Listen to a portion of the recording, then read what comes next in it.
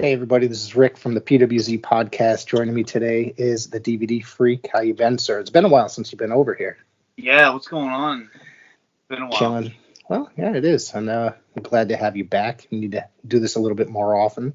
Unfortunately, this circumstance is not the greatest. 8 more talents released from WWE, the largest, I don't want to say wrestling organization in the world, but I guess we should say entertainment, sports entertainment.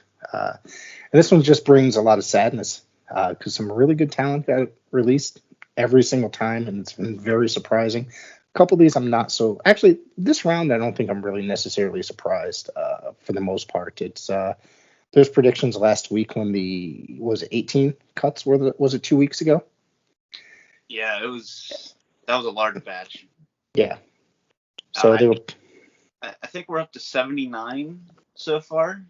No, I have a list here. There's been 82 releases. Oh, is it 82 now? Since the beginning of the year, since I think February. I have the entire list here. Okay. We'll go over that in the next few minutes, but I want to go to the current releases from last night. It's been revealed by Sean Ross Sapp and the other guy, Mike Johnson. Both wrote articles on their respective websites. Tegan Knox, Drake Maverick, has been released for a second time. John Morrison, Jackson Riker, that one I'm not necessarily surprised about. I think that was just a matter of time. Shane Thorne, another one I'm not necessarily surprised about. The rest of Hit Row that were let go. They were just brought up. Yeah, the rest of them. I mean, there was, 3 members altogether? Yeah, so 4 members. It's just pretty bad that one was let go, and then they have to just let go of the rest. It was like 2 weeks later, the rest of them, they were all just brought up. I mean, I'm kind of, surprised that Swerve Scott was released because I thought he was going to be a huge star there. He did really well in NXT. Years ago when I saw him in MLW, he was just awesome. So, you got any comments to make about these? I mean, this batch, John Morrison, I think that was honestly the most surprising. Not because he's a big talent or anything. It's just because I forgot he was actually there. I was like, oh yeah, he is still there. Well, not anymore now, but yeah, like he's. I don't know. Is he been obsolete? He's just been hanging around the Miz lately, hasn't he? Since he's returned, that's pretty much they reformed the group that they were, and it's just basically just been a running comedy act for the last year? Has he been back over a year? Has it been that long? I think it was earlier. I think it's almost a year earlier this year. I think it was January or February. So it's really not that long. That's pretty insane to think about. Of course, 2 weeks ago, his wife, Frankie Monet, was released. Taya Valkyrie, she had some comments on Twitter to make about this. I have them right here. A good reporter. So, basically, let me see here. It says, stop supporting a company that has zero respect for their talent. You love pro wrestling to spend your money on the hundreds of alternatives. This is wrong ethically. As employers, they don't care about as talent or fans. And I believe there was another tweet that I don't have here that it said F them. So it's about right. I can see Taya Valkyrie going back to Impact at some point. Possibly Johnny Impact returning. Yeah, I could definitely see him going to Impact, and that opens the door for AEW for him. So yeah, that's not the last we'll see him. Drake Maverick, I'm sure, Rockstar Spud gimmick, he could go back to that and Impact. That's another one I forgot was still around, and that was basically a pity for the last time. So yeah, he's been lingering around NXT, and now that there's the NXT shit show 2.0. A lot of the guys that they had in there prior just don't fit in. It's sad to say. And it's gotten worse. I can't tell whether NXT or Raw is the worst show at this point. I don't know. I don't watch either of them. Yeah. Good. So since February, there's been 82 releases. I have the entire list here. Some have been voluntary as well. Uh, Lars Sullivan was, let go in February. I think it was actually unannounced, but it was reported afterwards. Obviously, Paul White, the Big Show, his contract expired. He opted not to renew. Steve Cutler in February. Andrade, March 21st. April 15th is when we had a mass firing. Samoa Joe, but he was later rehired for NXT. Billy Kay, Peyton Royce, Mickey James, Chelsea Green, Kalisto, Wesley Blake, Bo Dallas, and Tucker. That was all the April 15th firings. And May 19th, we had another somewhat large group. Alexander Wolf, the Velveteen Dream, that one was kind of deserving. He'd been kind of a disaster since the stories came out about him. He just was never to be able to regain. Vanessa Bourne, Kavita Devi, Ezra Judge, referee Jake Clemens, Skylar something. I think I put the name in there wrong. Sorry. Jasmine Duke and ref Drake Wirtz. I think that was a lot of political reasons. He had just been kind of a disaster with his political thoughts and rants and stuff like that. Of course, June 2nd, that's when it took a huge turn and they let go some really big talents and surprising talents. Braun Strowman, Aleister Black, Buddy Murphy, Lana, Ruby Riott, Santana Garrett. Since then, Aleister Black and Ruby Riott have resurfaced in AEW. Sorry, I fizzed out there. It's only a matter of time. I think Buddy Murphy's supposed to be going to Impact. I don't know if he's actually appeared there yet. It's really hard for me to tolerate watching Impact sometimes. So, June 25th, Killian Dane, Tyler Breeze, Fandango, Tony Nese. Tony Nese has been popping up in AEW in the crowd watching the TNT Championship matches. So I think it's a matter of time. I think he's actually signed there. It hasn't necessarily been revealed, but he has worked a match on Dark. All right, so also on that date was Arya Davari, Everrise, the Bollywood Boys, Kurt Stallion, August Gray, who's also made an appearance in AEW, Arturo Ruiz, Tino Sabatelli, Marina Shafir. Some of these names were not doing much at that time. Of course, June 31st is probably the biggest release. Bray Wyatt. Still, I think it's just a couple weeks left on his contract on his no compete clause before he go ahead. A lot's come out about that one. There's been a lot of rumors that he was very frustrated and very vocal with creative, and it got to the point where him and Vince had problems personally. Who knows what's true and what's not. Obviously, only he can come out and tell his side of the story one day, which that'll be very interesting. Mm-hmm. Because, he was very frustrated for a while. And, I mean, look at his last match, I believe was Randy Orton at WrestleMania, and that was just embarrassing. Yeah. Literally, they weren't. I mean, he was frustrated with creative, I think, which I could completely understand. I think that sometimes this company needs to go ahead and reevaluate the creative team as opposed to reevaluating some of this talent, because some of these people that have been let go, I think, could be very useful in, on the shows. Instead, we get the same 12 guys over and over on Raw or SmackDown. If there is even a dozen. You get what I'm saying? Yeah. It's more like 8 guys. It's like the same 4 matches every week. They just but yeah, they said that he was difficult to work with. I would go with that, who knows what's true, like you said, but he also could have just been very frustrated with them, and that's why he ended up being difficult to work with. I would definitely say that's probably it. I would react very much the same way. July 31st I just said that one. August 3rd, was the Nature Boy Ric Flair, who basically asked for his release and was granted. I think it was shortly. Was that before the Dark Side of the Ring, or was that after? That was before, I believe. Okay, I was gonna Yeah. say because that's so. Obviously, things have changed for him. Now I'm reading articles that they're holding some of his championship belts and they refuse to give them back to him. I think that Hunter actually, from what I've heard, has his original 10 pounds of gold sitting in his office that belongs to Ric Flair.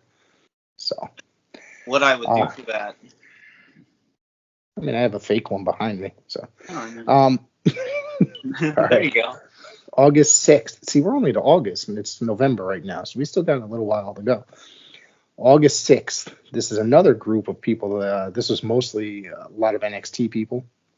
Bobby Fish, Bronson Reed, Jake Atlas, Leon Ruff, a referee, Stephen Smith. This one I'm very surprised at. Mercedes Martinez worked around. I mean, she's from this area. I'm a huge fan. I've been watching her for many years. I'm just surprised she worked her ass off and for 20 something years to get to the big time. She gets there and she's only there for less than a year. It's pretty upsetting to think about. So Giant Sanzier, Ari Sterling, Kona Reeves, that one, yeah. Asher Hale, Tyler Rust, and it was a PC talent, Zacharias Smith, who I don't think ever made it out to, so there's Desmond Troy. And then November 4th, which was just that was last week, right? 2 weeks ago. That's when we had Eva Marie, Graham Metalik, Karrion Kross, Keith Lee, Lindsay Dorado, Mia Yim, Nia Jax, B-Fab, Ember Moon, Frankie Monet, Katrina Cortez, Oni Lorcan, Jesse Camilla, Jeet Rama, Zeta Ramir, Scarlett Bordeaux, Trey Baxter, Harry Smith, and then of course last night's we had that we mentioned at the top of the show. So that is 82 people that have been released since February of this year. That's an insane list. They can start a whole promotion off there. Yeah, I didn't. Yeah, there was a few extra because I had 79. I forgot about like Ric Flair. I think there was a few I forgot about. But I don't know. I don't know. Some people. I don't know how people want to look at some. I mean that counts. I guess technically. Yeah. I mean, what was he really doing? But he's just floating around and making a TV appearance once every month or two. Yeah, he'll just do a coin flip at a sports event and fart and go home. And yeah, this the last big batch, like the Keith Lee, the Ember Moon, those two really just pissed me off. Let's be honest. Absolutely. Ember Moon, I was always a fan of her. And then Keith Lee, I was never a big fan of his personality and his promo, but in the ring, he's fantastic. And, he could have worked on other things and really perfected himself. He didn't have a chance to perfect himself. And since he arrived at the main roster, they just kept changing him every few months, it seems. And then, obviously, he was out for health reasons for a little bit. And then he comes back for like maybe 2-3 weeks with a new name and all this stuff. And then they just let him go. Bearcat. Of course, Killer Kross. I'm sure he's going to end up somewhere. I have a prediction that some of these guys are definitely going to end up in AEW. Especially probably Keith Lee and Killer Kross. I think they'd do really well there. Oh yeah, I fully expect them there. I just don't know what the hell they're doing. Like everybody's they're just like cleaning house, getting rid of everybody. It's upsetting to see because some of these people are now unemployed, and especially it's like 2 weeks, a month. It's the holiday season. They're just firing these people. I've said it before and I will say it again. They're prepping for a sale. And I called this months and months ago. Yep. And it's just they keep doing this. This isn't the spring cleaning anymore that they used to do. They usually did it right after WrestleMania. You know, cut some people. It was never really to save much money. But now it's just like budget cuts. And don't even get me started on the Saudi Arabia money, the Fox money, the Peacock money, all this money. They're claiming budget cuts, but they're having some of the most profitable times ever. Yeah, and then that last one was right after an earnings call of like 250 some $million for that quarter in revenue. Yeah. I might have that in my notes somewhere because I know I did a report on it last time it happened. I think it was just for that quarter, 2.252 midpoint something million or whatever, Yeah, just for I that think that's quarter. what Yeah, something similar to that. So yeah, that's just it's just throw your hands up. It's making me watch it less and less. And unfortunately, I'm going to be at 2 WWE shows this weekend. It's like, who the fuck's going to be there? Yeah, you'll have fun with that one. Yeah. To be fair, Survivor Series was always my favorite WWE pay-per-view. I almost was gonna go Sunday, but it's not gonna work out. So. Yeah. I mean, I'm sure that's going to be good. I'll probably have a good time either way. But SmackDown, I'm not really. There's really I haven't watched SmackDown in a couple weeks, so I probably should catch up on last week's before tonight. I do really like what Roman's doing right now. I think it's fun. It's just very creative. So it's probably the best thing WWE's got going. You think The Rock is going to appear on Sunday? That's an interesting thing. Do you think so? Yeah, maybe a 25% chance he does. Oh, 25%. I don't know what the hell's going to happen on Sunday. I mean, at this point, they need something to gain interest in the fans. I mean, I guess they're not really necessarily interested because they got so much money coming in out the wazoo from merchandising and international deals. It doesn't matter anymore. Yeah. They can have Vince go out there and fart in the middle of the ring, and there's $1 billion right there. So I'd actually pay to see that than half the shit they put on. Honestly, I really would. Yeah. So that's fine. All right. Is there anything else you want to add to this before we jump out of here? I mean, it's unfortunate that these firings and laying offs have been happening. Some will come back, I'm sure. Some already have. Samoa Joe's back. Maybe they'll give Drake Maverick a third chance just as a joke. Well, did you see his video that he posted to Instagram? Did he do another one? Because I saw the one he did last year. No, this is a completely different one. Okay. Completely, it's not him. It starts off like you think it's going to go that way, but it goes a completely different. And then they shared, and then EC3 shared another picture of them together from whenever it was part of that free your narrative thing. So I would highly recommend, if anybody is listening, to go check out Drake Maverick's Instagram post. It's him. Basically, it seemed like he put this thing together really quickly because it was only announced, I don't know, it was probably released an hour or so after that. He put it edited, make it look really nice. He's talking to himself and trying to amp himself up in a way, and it's done in this really cool psychological thriller type cinematic thing. It's really cool. It's really, really cool. So I highly recommend anybody to go out there and check out his Instagram video. And I'm sure we're going to see the return of Rockstar Spud. I mean, who the hell knows? It's been an interesting year for professional wrestling. We're getting the bad news about Ring of Honor, and then all these firings. And I mean, what the hell's going to happen? CM Punk and Bryan Danielson are in AEW. This has been a wild year. It really has.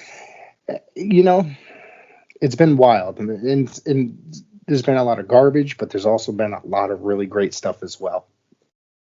Yeah. So that's it. All right, guys. That's it. I'm all set with any information I have here. Go check us out. Like, subscribe, share, all that fun stuff. Go check out the DVD Freak. And I want to thank you for joining me in this little deal. Yeah, DVD Freak on YouTube. That's about it. And yeah, I'll have to come back. It's been too long. We should make this a regular thing again.